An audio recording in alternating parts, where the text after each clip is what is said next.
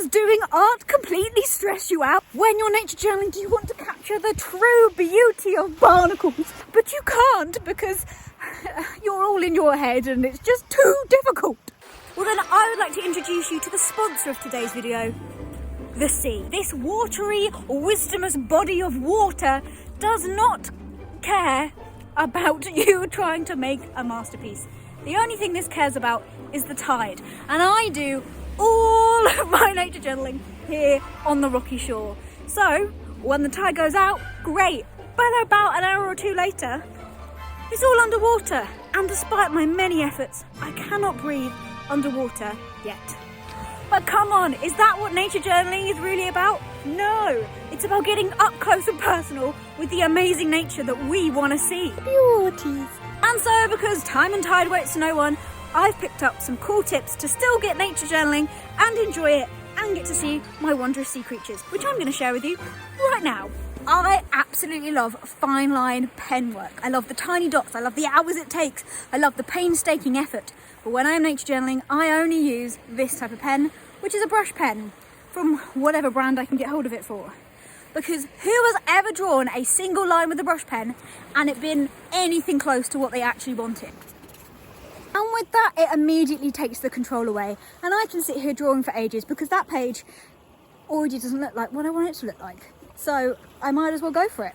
It might be really hard to control your strokes with a brush pen, but the good thing about it is that you can get loads of different line variations, and it just adds such a big, bold statement of black line impact of whatever you're drawing that I just love it. Tip number 2, if you're looking for something to start with, I absolutely love finding outlined shapes, especially of a rock pool that's like the outer edge of it and with all the seaweed in. But you can look at the different ways that a rock formation is formed with all the barnacles on and draw that in a line.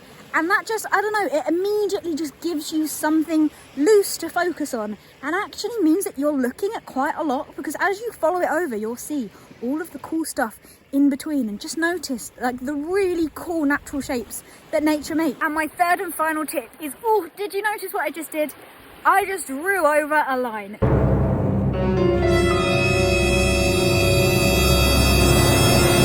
This is a notebook with lots of little squares in, and sometimes I use it for things like working out frames for a presentation or something along those lines, or that's what I start with, and then it just expands, because as soon as you've used it in a way that it's not supposed to be used, I really lose all motivation for caring about what the page looks like, and I just have fun. And I think that's the key here. What I'm talking about is enjoying the nature journaling experience.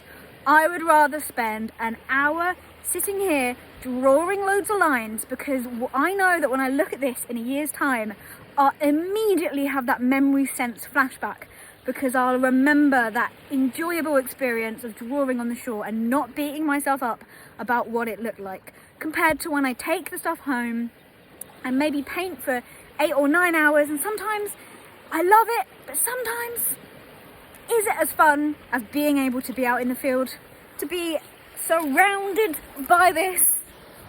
No, I don't think it is. Not really. So enjoy your nature journaling, do whatever you want, make scribbles, paint pages, just do it however you want. Get out of your head, pick up a brush pen and have a blast.